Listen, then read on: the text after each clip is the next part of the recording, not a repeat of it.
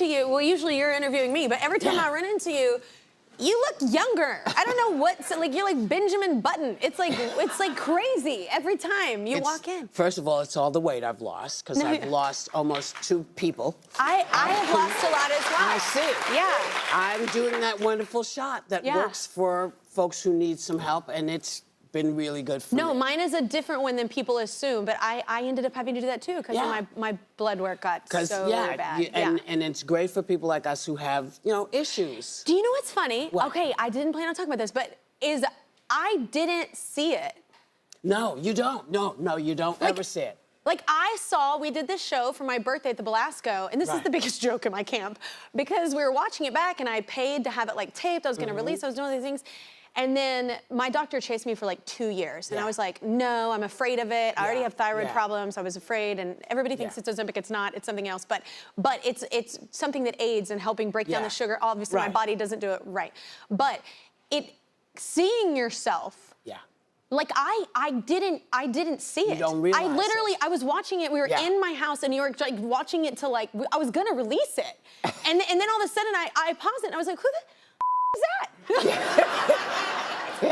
I swear to God, listen, it sounds insane, but like I made a movie and the woman thought I was wearing a fat suit. Oh my God. Yes, she said, yes, I did a film called Till last year about Emma Till. And she said, and you know, Whoopi's good, but that fat suit is terrible. And I was indignant. I was like, this is not a fat suit, this is me.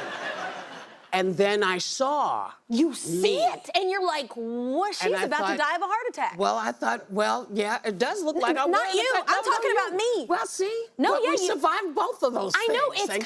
It's kind of incredible though, because it's like it's a weird thing how, I guess I don't know how to describe it, but I never saw that. I was never insecure about it. I was never you were living your life I was happy. You know, people are like, oh, she must have not been happy. I was like, no, I was happy. I was like, I just did not see that. No, listen, if you're not rolling over on somebody, they're not going to, nobody, you know.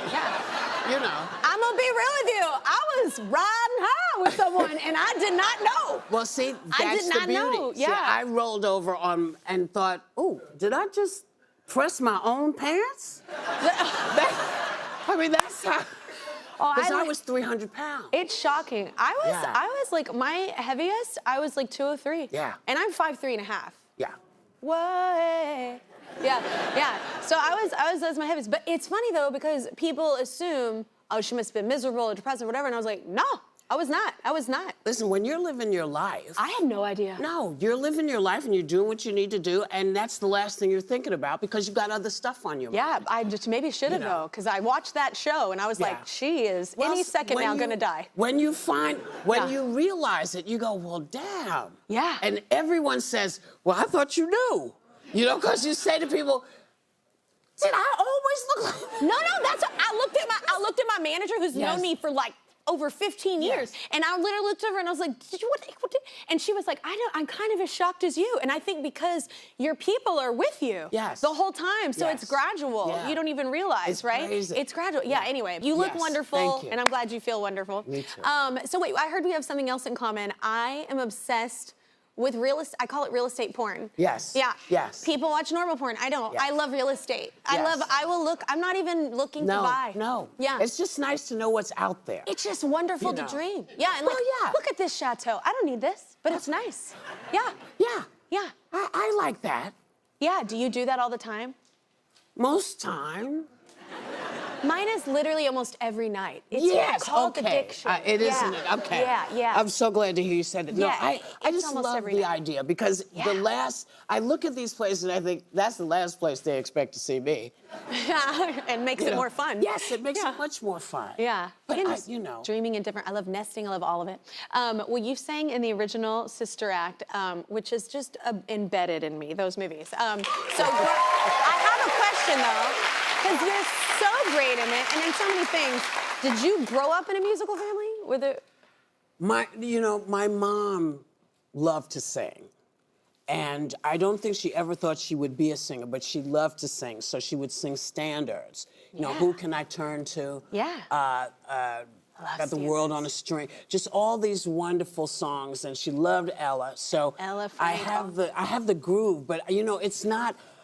I am able to mimic because I'm not a singer. I can mimic what I need to do, but to do what you do, to be able to do what you do, to me is spectacular because your ability, Well, thank you, ditto.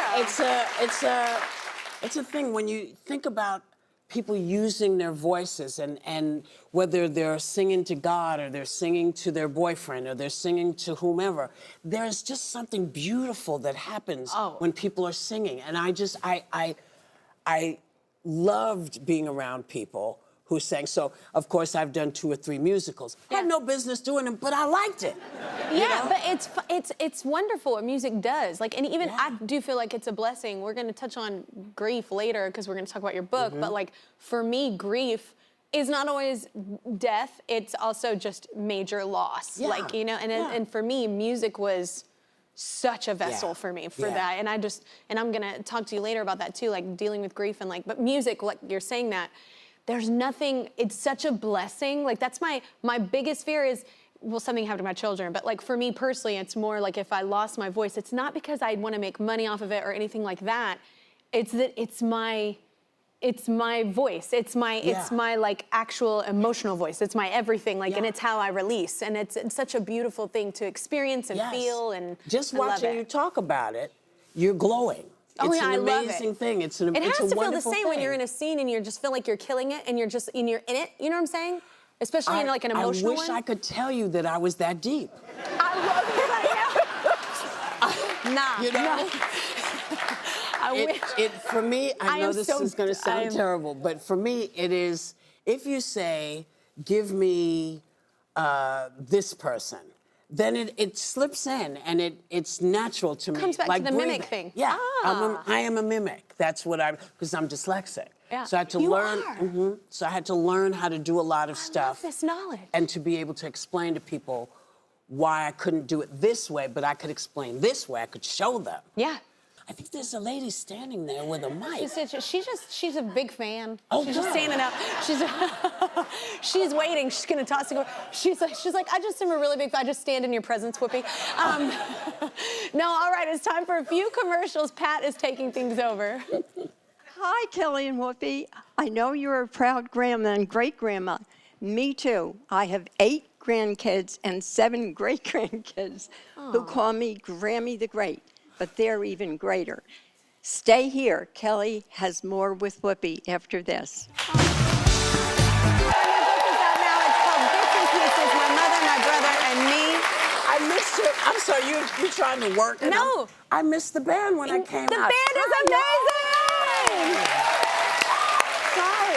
I know, I'm very lucky. I literally was like, I won't do the show without my band. Like, I was like, because I'm so used to doing my job in a different sense, and they're my family as well. So I was like, if we somehow incorporate still doing music. And so they've been with me the whole time doing the show. So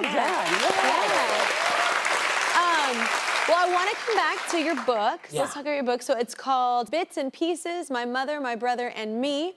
Was it hard to kind of revisit stuff, or was it kind of a beautiful thing to kind of go back to those memories? I don't know yet.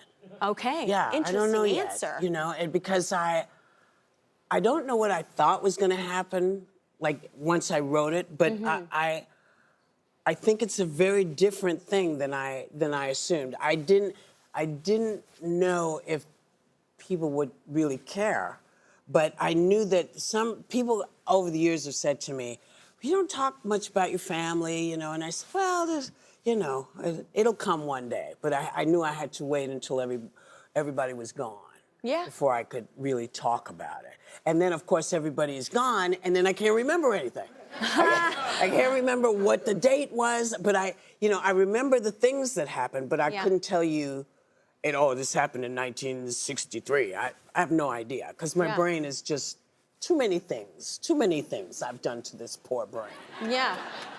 But your brother was your driver, but I heard that you had to kind of convince him to go into that. He said no at first, right? Well, so I was shooting a movie in Alabama. There's my big bro. Yeah. Yeah. shooting a movie in Alabama. And I said, dude, are you gonna stay down here? Because we had family down in Montgomery. And I was like, you gotta come, come on. You grew up in New York, come on, man, let's go. Yeah. And he's like, no, you know, I'm taking care of business. I don't know. And then he hung out a little bit with me and he said, can I go? Yeah. And I was like, yeah, you can. Yeah, you can. And so off we went. My brother became my driver and one of the funniest people still in my world. He just would make me laugh. He was silly and, I love that. and great, and women loved him. Yeah. Hey! So when this is so terrible, but I have to tell you. When my brother passed, we had, he lived in Berkeley, but because he loved to drive cross country all the time, we had 4 different wakes. Not really wakes, but 4 memorials for him.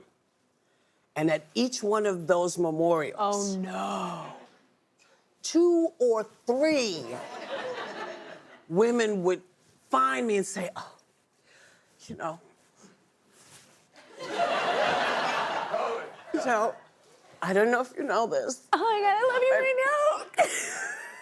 Clyde and I were Special. we had a relationship.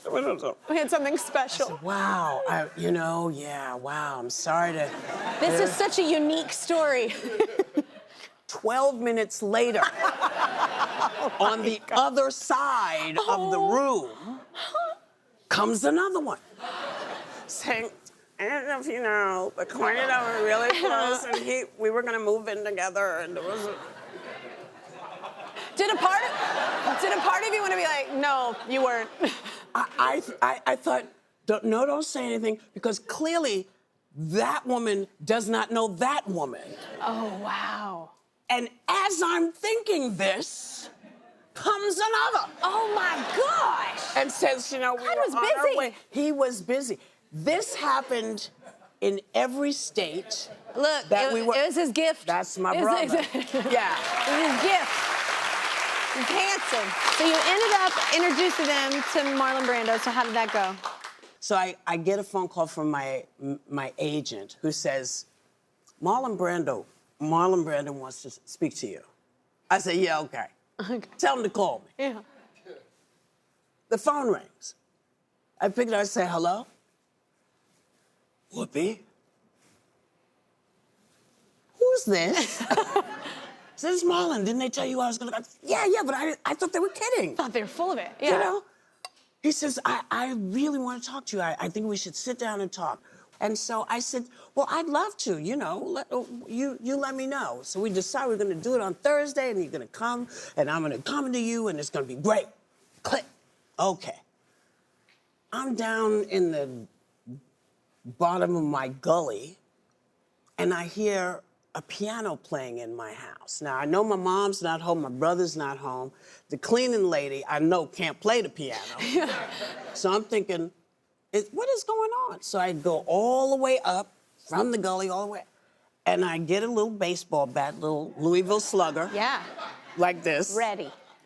And I do this, and Marlon Brando. He broke into your house and played piano? He was sitting at the piano playing something. And I said, Marlon Brando. He said, Whoopi Goldberg. I said, how did you get in? He said, the gate was open. And I said, I thought we were meeting later. Like, remember the Thursday. time that we said Thursday? And he said, yes, but then I thought about it, and I thought I'd like to talk to you today.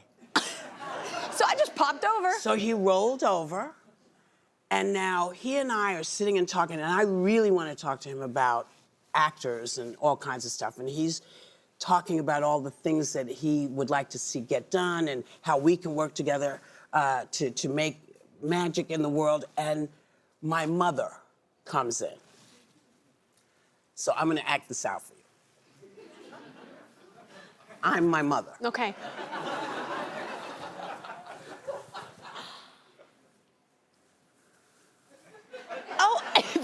I Ma, I want you to meet Marlon Brando. Marlon is my mother. She goes, oh, Mr. Brando. Oh. So pleased to meet you. And I'm thinking, who is this?